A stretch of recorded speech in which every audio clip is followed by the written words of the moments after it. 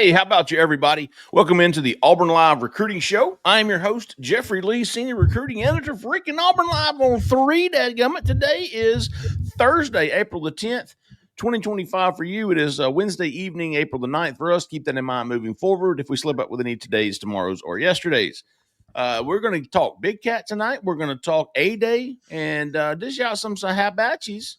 And here to do it with me, as they always are, Mr. On-Air Cole Pinkston and Mr. Allen Head. How about you, big dogs?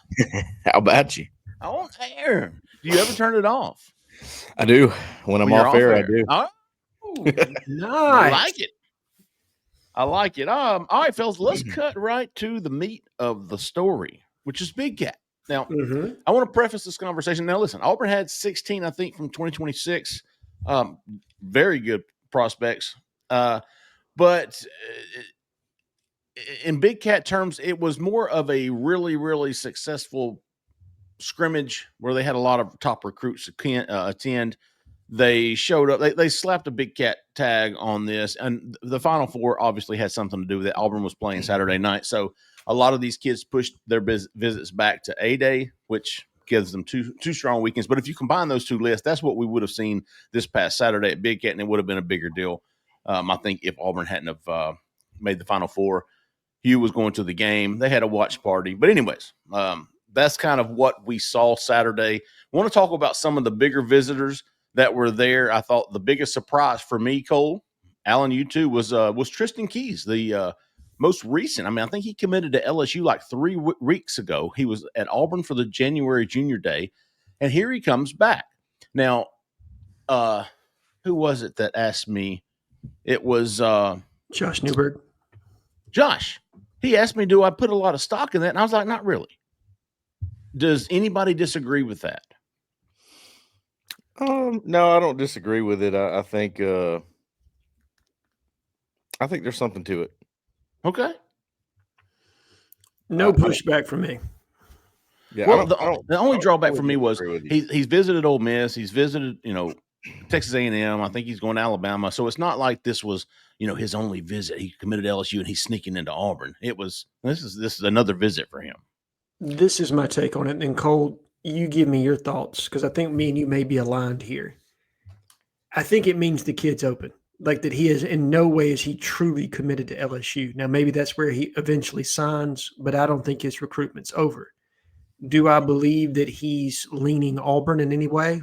No, not at this time. I think the kid's probably going to just be open until signing day. I just don't see that as a closed recruitment at this point. Yeah. Okay. I don't either. I don't see it as closed. I think Auburn's always been in it. Ever since that Junior Day, I really felt like Auburn was in it. I feel like Deuce Knight has some play there.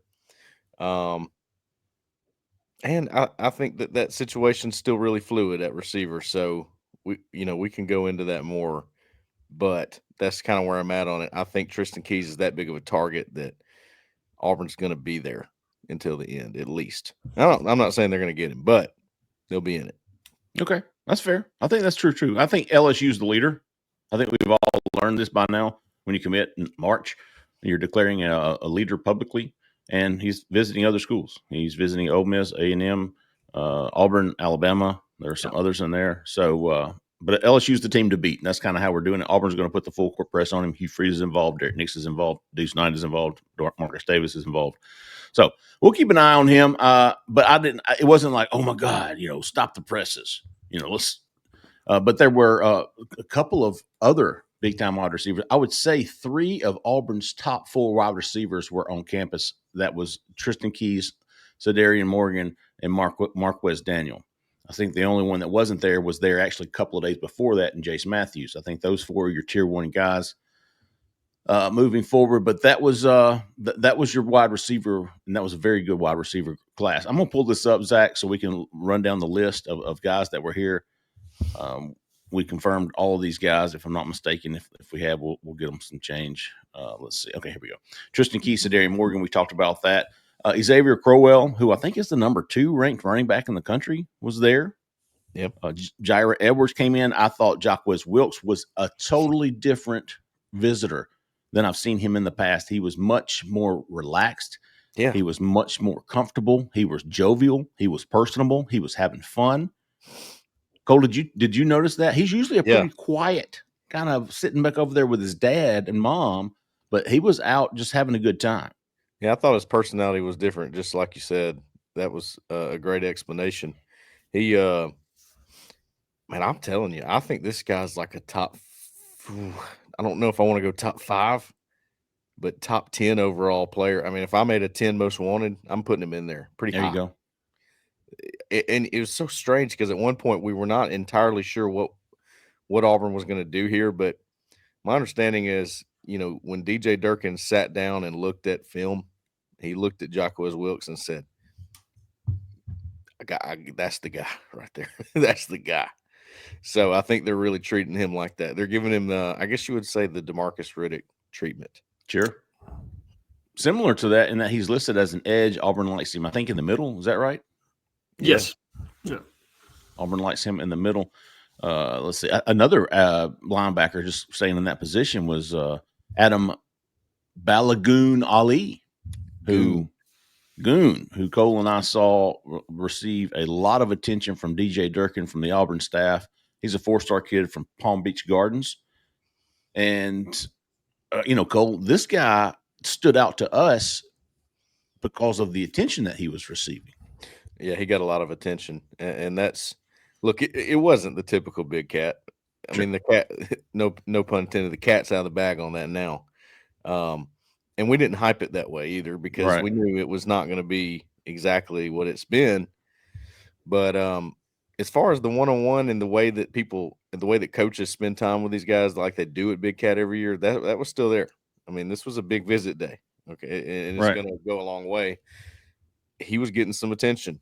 And I'd been checking around on him, and I had talked to him in February, I think.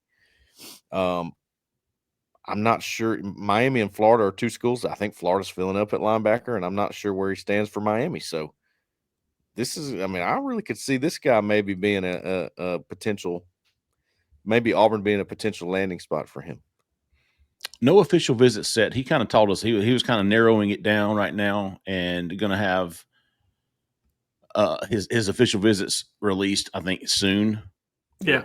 He's definitely somebody to keep an eye on. Jaira Edwards, Wayne Henry, and then Raylon Henry. All 3 came from St. Francis Academy. Jaira, Cole, you talked to him. He's certainly, if not the top, he might be the top safety on the board. If he's not, he's damn high. I think him and Braylon Womack are your 2 top guys there at safety. Go. And I could see a world where Auburn gets both of those guys. It's going to be tough with Jaira. He's got Ohio State, Georgia. I think Maryland's in there. Oregon. Sure. It's Oregon. Oregon's the other one. Those are the 4: Auburn, Ohio State, Georgia, Oregon. So the heavy hitters, right? It's going to be tough. But boy, he always provides us with such a great quote. At least one. I think the one this time was, every time I visit somewhere, if I go see Ohio State, if I go see Georgia, Auburn always hits me up the next day and just makes me start thinking about them again or something along those lines. You'll have to find the quote, but that was the idea. So he's just really into it. He likes the pitch. He likes what they're saying. He likes having all his guys there. It can't hurt seeing, Blake Woodby and Darion Smith and Bryce Diaz making waves already. Right? I mean, Alan, what do you think about that? I think anytime you have some kind of a tie to a player of his nature from a relational standpoint, it's always a plus in your favor. And then to be able to see those guys excel in these early stages, specifically Blake Woodby, I think he's the one that's kind of separated himself of that group. Even though I've heard some good things about Bryce Diaz as well, as far as where they think his ceiling is. I don't know how much he's going to get on the field beyond special teams year 1, but he's shown the kind of athletic traits that make you know that he's going to be a player in the future. But again, seeing guys that that you're friends with, that you understand what their mentality is, have a level of success this early, it absolutely is going to whet his appetite. Now, is that going to close the deal for Auburn? Absolutely not, because you're recruiting against the elite of the elite. I mean, I think Dan Lanning has separated himself maybe behind Kirby Smart as one of the best recruiting head coaches in college football right now. Mario Cristobal, Hugh Freeze would be other coaches that are in that conversation. But it's not going to be easy to pull him. Obviously, Ron Day in Ohio State, who just won a national championship, also in that conversation. So a lot of big-time players for him. But does the down-home tie of St. Francis, Maryland guys, DJ Durkin, who knows that the lay of the land there, and and I wouldn't say unheralded, but maybe unknown for what he can be as a recruiter. I'm excited to see what Auburn's new safety coach can do. I think he's going to rip off a really big class, and I would be excited to see TJ Rushing pull that together. But you talked about the two top safety targets. I think Braylon Womack's in next week, but TJ's he's doing good work early for sure. Yeah, and Jeffrey Gyra made sure he got some more Connecticut sausage. Oh, he loves that Connecticut sausage, big dog. Loves it. All them guys from Maryland, man. They, just in case we haven't said that, they're all about some Connecticut sausage. Listen, I used to drive by the plant when I would come back from from Mobile to Elba and make that commute. I would stop off every time I got off 65. Heck yeah. A couple of more notable names. Vladney Cleveland was back after I think he came back in January. So him being back, I thought was big. Shadarius Tootle, getting him anytime you can get Tootle on campus is great. Interesting one here. Jaden O'Neal, 4-star quarterback from Oklahoma who's committed to the in-state Sooners. There had been some buzz leading up to that weekend that maybe Oklahoma was kind of looking around. I think it was Brock Lowe, maybe is the guy that Bo Bentley. Bo Bentley. Yeah, he's related to Brock Lowe. But I'll tell you what, you talk about interesting quotes. So you hear that buzz about Oklahoma looking around, right? Sure. And I kind of feel like O'Neal's being kind of squeezed out of Oklahoma's class, and he all but admitted it. Yes. I thought some of his quotes were very telling about Auburn. What did he say? They have a chance. They have a strong quarterback room. It was about being somewhere that they wanted me. I don't know if y'all caught that in the interview. I did. And that speaks volumes because I do. And my intel has been on that one for a while that Oklahoma, I think when they shifted offensive coordinators, Jaden O'Neal just didn't really necessarily mesh with what they were trying to accomplish from an offensive standpoint, right? And he kind of locked on to Bo Bentley. Now Jaden O'Neal's looking for potentially a different landing spot. Who knows? Things may still get patched up there at Oklahoma. He hasn't decommitted yet to this point. But definitely strong buzz. I think he's also taking visits to Georgia. He's going to take one to Florida State, Auburn. Those are probably the three teams that I'm watching with him as of right now for potential landing spots. Obviously, Georgia's in a heck of a recruiting battle themselves. Right. For one of the top guys in the country, if they come up second, did they press Jaden O'Neal? Florida State still doesn't have a quarterback in their class. They're obviously shopping. So it could get interesting with him. My thing, and Jeffrey, I think you said this on the interview that I watched with Josh, and I know we've discussed this privately, but where is Auburn on wanting to pay for a top-end quarterback? Is he a guy, and it's not that they're not willing to pay for a top-end quarterback, but is he a guy they're willing to pay on? That's what I don't know. Keyshawn Henderson, I think they'd absolutely be willing to pay that freight.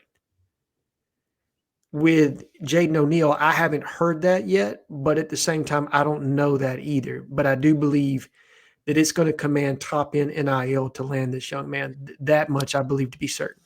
That's the part where it gets so difficult with this quarterback recruiting or any recruiting with NIL is because, I mean, how they feel about him may not always line up with what the NIL is. I mean, they may go, gosh, I mean, we need to make that happen, but then, you know, it has to you have to make it happen with every position on the team. It can't just be one position. So it's a work together kind of thing to find the right number, to find the right deal for everybody. Make sure you're not, what's your quote, Alan? Cutting off your nose to spite your face with someone else. Yeah. Mm-hmm. Right. So it's just, I mean, we know how they feel about it, but what is Auburn going to be willing to do here? We just don't know that answer. It makes it so difficult. Yeah. And Jeffrey, I'm sorry, you go ahead. No. Buddy. Well, I was going to quarterback recruiting. Travis Burgess was here, I think, the week before last. He's coming back on Thursday. So, you know, I feel like we've got a good grasp of who they're targeting. It's just which turn are they going to take?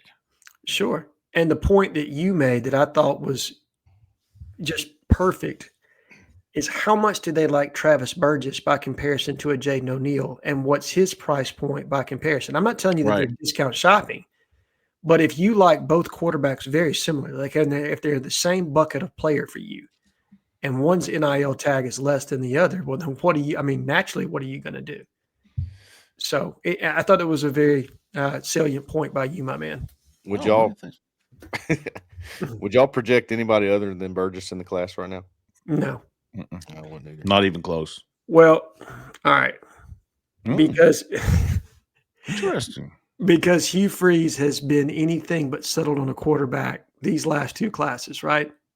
Walker White, they made a decision very early about who they wanted. But these last two classes, it has been very unsettled. Let's see what happens when Duckworth comes in next week. Because if they see him up close and personal and they start to get that vibe, I think that's one they might chase. Now, I don't know how successful that would be because Ole Miss seems to be in the driver's seat at this point, or that would be my assumption. But and Wilt Funk put in a bomb for him to Ole Miss, and everybody's been hearing that. We've been saying Ole Miss is the buzz here, but I thought it was interesting, Alan, that Duck was scheduled to come in Saturday for A-Day, and then as of Tuesday of this week, he no longer was expected to come in. Yep. So curious to see if there's something on the horizon imminently with him in Ole Miss. Okay, then that would back me off on that one. Because I did not see that. And I'm just reading tea leaves here. He might be here Saturday. No, he might, or he might not. And if he doesn't show, then that definitely tells you where you stand on the other two quarterbacks. Especially if he's in Oxford. For sure. The only edge there for Big Cat was Jamarian Matthews. He was with Rock Bellantoni a lot. He politely declined indirectly to do an exit interview, which is fine with me. I completely understand. Sure. The edge board is so stacked. Auburn, I mean, not with just Auburn. I mean, hell, the edge class of 2026 is freaking stacked.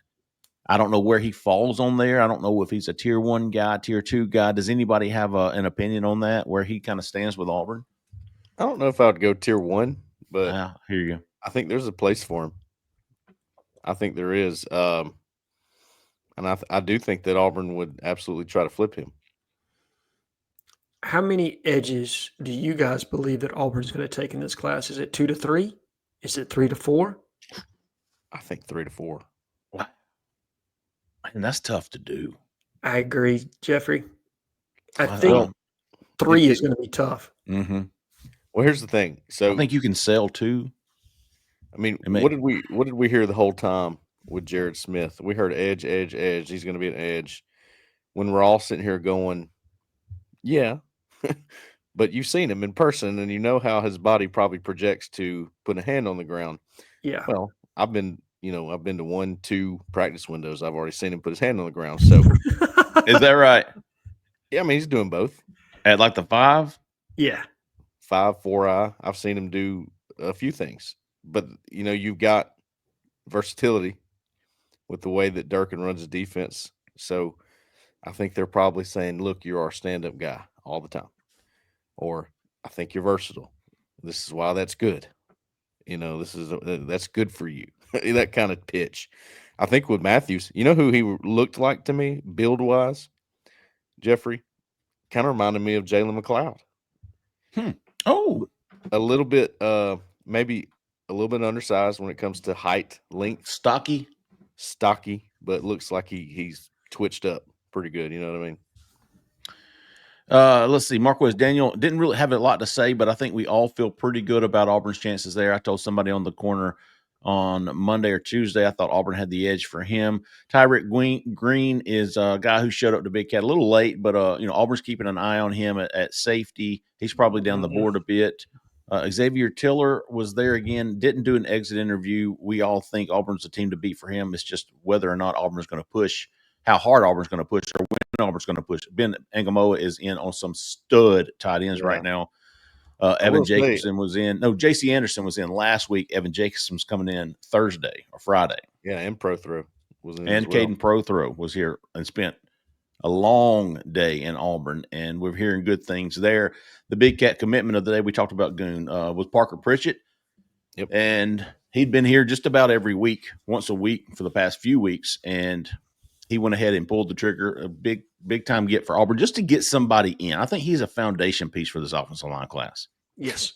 Yeah, but he is for sure. And I'm telling you, it was Big Cat last year. So Big Cat last year, he was not there, but he visited the Sunday after. And I asked then, I was like, I mean, Parker Pritchett? He goes, it was like, they were like, yeah, he's big time. Love They've that been kid. recruiting him. They've been recruiting him that hard. And at that time, he was more like 330 or 340 pounds. He's like 310 now. So just a different looking guy than what he was before. I went back to I found an interview I did with Parker Pritchett when he was going from 9th grade to 10th grade, and it was at Auburn summer camp. And he was weighing 335 then because I asked him. Damn. So Damn. I mean, he is I think he did what they needed to see him do was lean up a good bit. Now he can start adding muscle onto that frame. When they saw him do this, they go, okay, he's serious. Like that, we can take this guy. He will work for us. And you've got layer depth now. So it's not a guy that probably plays early. And he probably knows that. That's kind of where you're at. It's a little different, honestly, than what we're used to. Like, okay, this guy needs to be in the 2 deep by year 1. I don't know if that's the case. I'm sorry, a couple of more offensive linemen that I thought were I like where Auburn stand. They're kind of Auburn guys. Dalton Toothman, Wilson Zaire. Yeah. Both were there. Both spent a lot of time with Jake Thornton. They kind of hit it off with each other. And do you feel good about Auburn with both of those guys? Do you feel better about Zaire? I feel better about Zaire right now because I think Clemson's in pretty heavily with Toothman. I'm hearing Auburn and Clemson there more than anybody else. That's right. So anytime you're in a battle with Clemson, you know how that can be. It can be tough. Sure. So that one's if I were projecting him, I would project him with Auburn though. Toothman. Okay. And Toothman. Zaire, however you say it, I think he'll end up with Auburn too. But some stout competition for him. Yeah. Well, hey, let's don't lose the sight that even though Parker Pritchett is a 3-star guy and like a 600 overall player, Georgia wanted him. Official visit was set to Georgia. Official visit was set to Florida, and official visit was set to Mississippi State. He's still going to go check out Florida, but I thought anytime you're beating out those 2 schools for an offensive lineman from the state of Georgia, that says a little bit more than a ranking does. Well, I think Rivals has him a 4-star. I think he'll inch closer to that. I mean, he's already got an 89 rating on 3, that initial rating there. So they're putting him right on the cusp of 4-star territory before they see him in person and in games. So I think you'll see him probably bump up to that eventually or get close. Looking ahead, what's coming? Cole, you had a story on Jelane Miller, big offensive lineman from Arizona. He visited Auburn on Tuesday. Thursday coming in, you've got Travis Burgess. We talked about him earlier. Evan Jacobson's coming back, the big 4-star tight end from Iowa, who Auburn is really building something there with him. They'll probably stay till Friday, I think. I know Evan is, I think. Kamarion Johnson is coming in, but Saturday, the A-Day list, and Trent Seaborn. Let's don't lose sight of the 2027 guys coming in too. There's y'all just go check out that list. Just go up here on the visits and change this to 2027, and it'll give you the list of who's coming in. Brock Willis is expected to be here. He was a former Alabama commitment. Jaden Miles, big running back, Tyson Robinson, Trent Seaborn. So there's some guys coming in from that 2027 class as well. Our focus, however, right now is on the 2026 class. Looking at the list for A-Day, Braylon Womack's coming back probably. I think MLC, fantastic poster on the corner, said that his sister, Naya, what's her name? Dang. I'm no help here. Zero help on softball. I know that his sister Manaya. Okay. Manaya is playing softball. Apparently, according to MLC, she's having a really good game, or she did this week. The family will probably be in for the softball series this weekend. and Braylon will be back for like the second time in 3. He's here all the time. Cannot ever hear. The Harris brothers finally coming back after we've been following them since last fall. Aiden Harris is coming in. I thought this is a big one right here, fellas. I feel like this is a big one. Definitely big. And you needed to get him on campus. I think Clemson had him on recently, and they seem to have some traction with him. And so that's probably the team you're fighting against. But absolutely, because Bryce Perry Wright means a lot. And to this class, to me, I mean, he's that undersized 3-tech guy that can also stretch out to the 5-tech that gives you some versatility across the front. And he's that disruptor of the group. Like of the guys that you're in on right now, in my opinion, he's the guy that can create some of that vertical pressure from the interior that Auburn sorely needs at times. But he's a disruptor, man. He's a guy that can create chaos, and you got to have players of that nature if you're going to have success in this league. So he's a big one for all the right reasons. I will say, who are some others that's jumping out to y'all? Bryce Perry Wright and Aiden Harris are similar. Yeah. I mean, really similar. Okay. But you've also, think about it, Darion Smith, you already got a guy in that mold, very similar to these two. Antonio Coleman's kind of in that mold. So I wonder, how many of these types of guys they want to take. I would say just a touch undersized. Yeah. But, high on the board, don't get me wrong, both are. I'm just interested how that situation plays out. No, yeah, I mean, you bring an interesting point, Cole, when you talk about body types, because you want different kinds of players throughout the room, so you have the diversity of being able to run different fronts. Right. So, and I agree with your comp on Aiden Harris, though it seems like Bryce Perry Wright's recruitment is a little bit more stable as far as knowing who you're recruiting against. With Aiden Harris, it seems to have changed some. At last check, I think at one point Ohio State was really in on him, and now it seems more like NC State and South Carolina are the two teams that Auburn's really kind of competing with for the Harris twins signature. So that's interesting to me. And South Carolina's recruited defensive line almost as well as anybody, particularly edge players. NC State, I know a little bit less about, though I know that Dave Dorn's a really good defensive coach. So it's probably a solid eval that we're still in on him. But I wonder where their stock's going to be nationally when it's all said and done, though. I think I like Andrew more than his brother at this point. I was going to say, I asked about the two, and, it's a big deal that they're coming back. It's kind of like, you want to see that one go down. You want to see them show up. You got to see it to believe it. And I was asking about Andrew Harris, and my understanding is if the two were not brothers, Auburn would be recruiting Andrew Harris just the same. Like, they think he is a stud. So he's way up there on the edge board from what I understand. Good to know. Caden Harris is coming down from Tennessee. That's a big one. Yeah, it is. I think he's projected to Alabama right now, if I'm not mistaken. So if you can flip the script on that one, Auburn's got an OV with him too, I think, right? Let's see. Yes, June 13. Yeah, that's a big one. Notre Dame, Georgia, Bama, Vandy. Might be some more under here. He's already got 5 scheduled. That's it. So, Jeffrey, am I wrong, or does Wes have some connections there in the state of Tennessee? Oh, yeah. That's where he's from. His son played at Ravenwood in Brentwood, if I'm not mistaken. Okay. It's a big school. Because I remember him going to he recruits that Nashville area. I don't know where Caden is from. I mean, I don't know where the city is. Brownsville. I don't either. Haywood. There was somebody else from Haywood. Auburn doesn't dabble with Tennessee too much, but when they do, they typically have a little bit of success. Got Donovan Starr last year. Brownsville is all west. Is northwest, northeast of Memphis. It almost looks like a suburb of Memphis. So it's on the other part of the state. Well, Nashville's kind of in the middle. Yeah, you know what? It's I can see that being crime. Yeah, absolutely. Hezekiah's coming back. I thought that's going to be big. Here's an intriguing guy, Claude Mpuma. Yes, big time.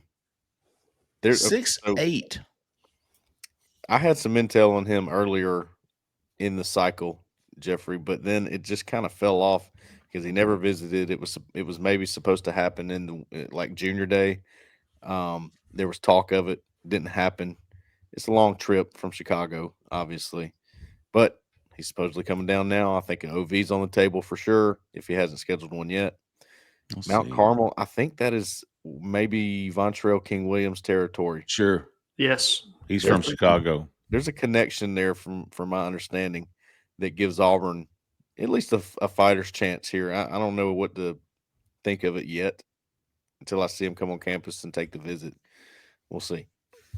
Definitely one to we'll be wanting to talk to. I'll be curious to see what he has to say. Yeah. A couple of other guys, Tyson Bacon, the Tennessee commitment from Hoover's coming down.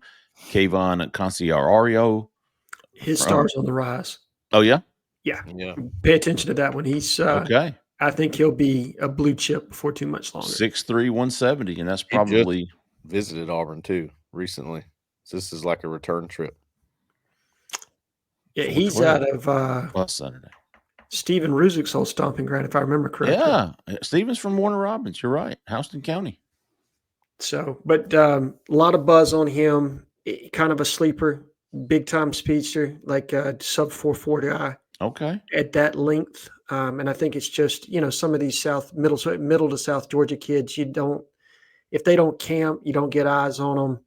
But they play a really competitive brand of football down there, and it sounds like his tape's starting to make its way around. A lot of the big boys are starting to sniff on him, so that's one that I would pay attention to. He's probably a tier 2 guy right now, but I think depending on how he develops, he could slide into the bottom end of your tier 1. I think he's got that kind of ability. Okay. What a receiver class. Yeah.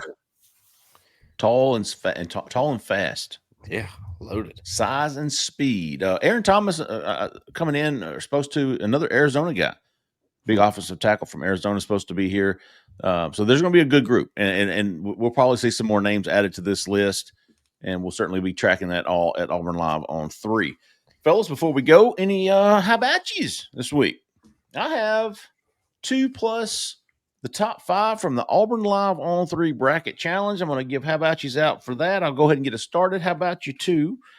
First, let me get the regs out of the way early. How about you, old Rob's Chubb? Oh yeah, of the Chubb family, he's my favorite Chubb. And how about you to Braden? I don't know what he did, but he did something enough for me to snap a screenshot to give him a how about you. So how about you, big dog Braden? How about you, number 2 from Cole? How about you, Braden squared? He's had me rolling this week. That's probably what it was. I think he had a picture of some alien looking dude. He's looking for his how about you. There's so many you could pick. He was like, let me get to work here. I got to waste more company time to ensure I'm on the list. Maybe that was something like that. Yeah. Did he have a picture of like Frodo or something? Yeah. Something. And then how about you to the top 5 from the Auburn Live on 3 bracket challenge? David Brown coming in at number 5. Okay. David Brown. I almost think this was my editor when I was at the newspaper in Murphy, North Carolina. He follows the Auburn Live on 3, and I would not be surprised if that was not him. Okay. How about you, David Brown? How about you, Brent Hansen, number 4? How about you, Logan Speck, number 3? How about you, Jay Robertson, number 2? And how about you to the Auburn Live on 3 bracket challenge champion, Mr. Jason McClure? How about you, big dog? Yeah. All right, that's what I've got, fellas. Anybody want to get in here? Yep. I got 2. Okay. So y'all tripping? Yeah. Hat tip to that man. And then Jeffrey Lee's head buffing towel. Oh. We had some questions why we didn't have a morning drop this morning with our recruiting show. Sure. And I mentioned that we were recording tonight, and immediately he responded, I bought into this site because you fellas sold me on a package, and that package included Wednesday morning recruiting show. I need you boys to get back to the basics, son. That was on me, big dog. We had a 12-year-old birthday supper Tuesday night, and it slipped my mind. It was like 20 minutes before airtime, and I was like, "Oh my god, I got a podcast in 20 minutes." Like, that's not happening. Y'all go ahead, but I appreciate y'all working with me. All right, Cole, what you got, big dog? Well, I wasn't on the last show, so I'm backed up a little bit. Okay. I'm gonna divide them up though. I'm gonna do 5 on this show. Okay, I like it. So LLH5 sent me a great message the other night. I appreciate him. Noah Willoughby. Okay. I think he talks a little coachy. He talks a little coachy. That's right up your alley, big dog. But he made this point, and he used a word that made so much sense to me when it comes to this football basketball argument that's going on our board. I'll just leave it at that. Okay.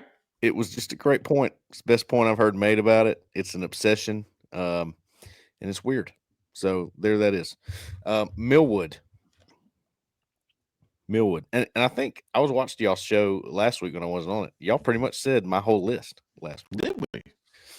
Yeah. So Millwood's on there. Tony Stevens 8. And then Crab Island. Oh, you know what, man? Crab Island gets a raw deal sometimes. I think he's a pretty good poster. He's a realist. He gets in there with you, man. He does. He's a realist. I agree. And sometimes that people don't like realists. I can think of about 5 guys on the board that don't like realists. And they don't like Crab Island. I do want to. I mentioned her earlier in the show, but how about you to MLC? Fantastic poster. Yep. Underrated poster. MLC. How about you? And listen, special. How about you to Hogbone? Yes. Oh yes. Special. How about you to Hogbone? Want to know we thinking about you, big dog, praying about you, and want to know we were thinking, and you're in our thoughts and prayers, big dog. Absolutely. Yeah. Pray for Hogbone for sure. Definitely. And one more that I forgot off my list. How about you to my mom? It's her birthday today. Hey. How about you? So how about you, Chris Head? I hope you have a happy birthday, Mom. Oh, is she a Kardashian? Did you spell it with a K? She does not spell it with a K. Oh, good. I'm so glad. Yeah, Chris is short for Christine. So. Okay. Gotcha. CHRIS? Yes. Chris Head. I like it. I'm so glad you said no. There's people now. I'm not gonna mention any names, but Barnes Hard. Oh. Had a daughter, Collins, with a K. Oh God. Trying to be cute, man. You know, that's big. That's a big thing now. The trendy names. Yeah. If you're early 30s, are you a millennial, Cole? Yes, I think. Yeah. Yeah, that's a very millennial thing to do. Yeah. A lot of spellings. All right, folks. That's going to do it. We're going to be back Sunday night for the call-in show. Stick to Auburn Live on 3 throughout the week and weekend. The basketball transfer portal is heating up. Justin Hokanson has been all over that, bringing you up to the date intel on what Auburn is looking for, who they've contacted, and who they might be bringing in on visits. Also, we got the recruiting. We got A-Day coming, football, baseball, softball, if that's your thing. A little bit of everything at this time of year, and we're doing it all at Auburn Live on 3. If you're not a member, go sign up. Use the promo code FRIEND, FRIEND, for 50% off an annual subscription. You can join us all right here at Auburn Live on 3. That's going to do it, folks. We appreciate everybody listening. We appreciate everybody watching. For Cole, for Alan Head, for Zach in the back, who stayed in the back, I'm Jeffrey Lee, man. Y'all stay at that left lane.